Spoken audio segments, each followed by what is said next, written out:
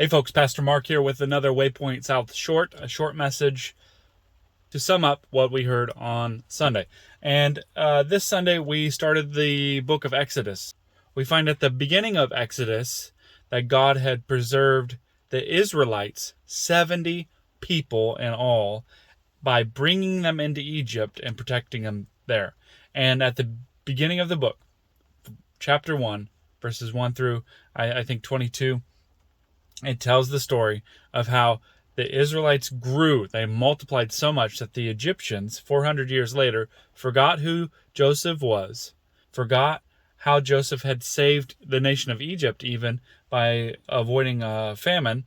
And the Pharaoh had forgotten that and now wanted to oppress the Israelites because they were becoming too many in number. And so he came up with this plan, this evil plan, in order to weed out the males. And so he said, all of our officials and the Hebrew midwives, they need to watch the Egyptian or the Israelite women, and if they give birth to a son, then that needs to be immediately thrown in the river. And so the Hebrew midwives knew that that wasn't a good thing to do. They disobeyed that, and they thwarted Pharaoh's plan. They lied to him and said, "Hey, the Israelite women, they are too vigorous in birth, and but by the time we get there, the baby's already out, already living, and we don't even know where the baby went."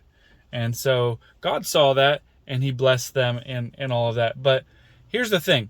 I have found that throughout history, and in our time even, that the more that we're oppressed, the more that God allows us to grow. The more that the screws are tightened and edicts are put in place and they put obstacles for us to worship, we find that in those times that God allows us to grow. Just because you're going through something hard right now doesn't mean it's the wrong thing. Just because you're finding some sort of persecution or you're finding obstacles doesn't mean it's the wrong thing.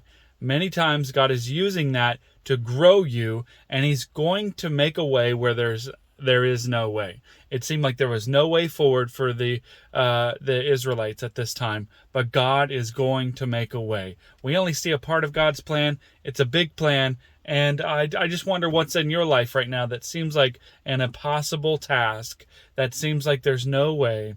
Maybe that seems like the screws are tightening on you, and it's tough to move and live and breathe. And I think we should go into those situations with faith, with optimism, that God can make a way where there is no way.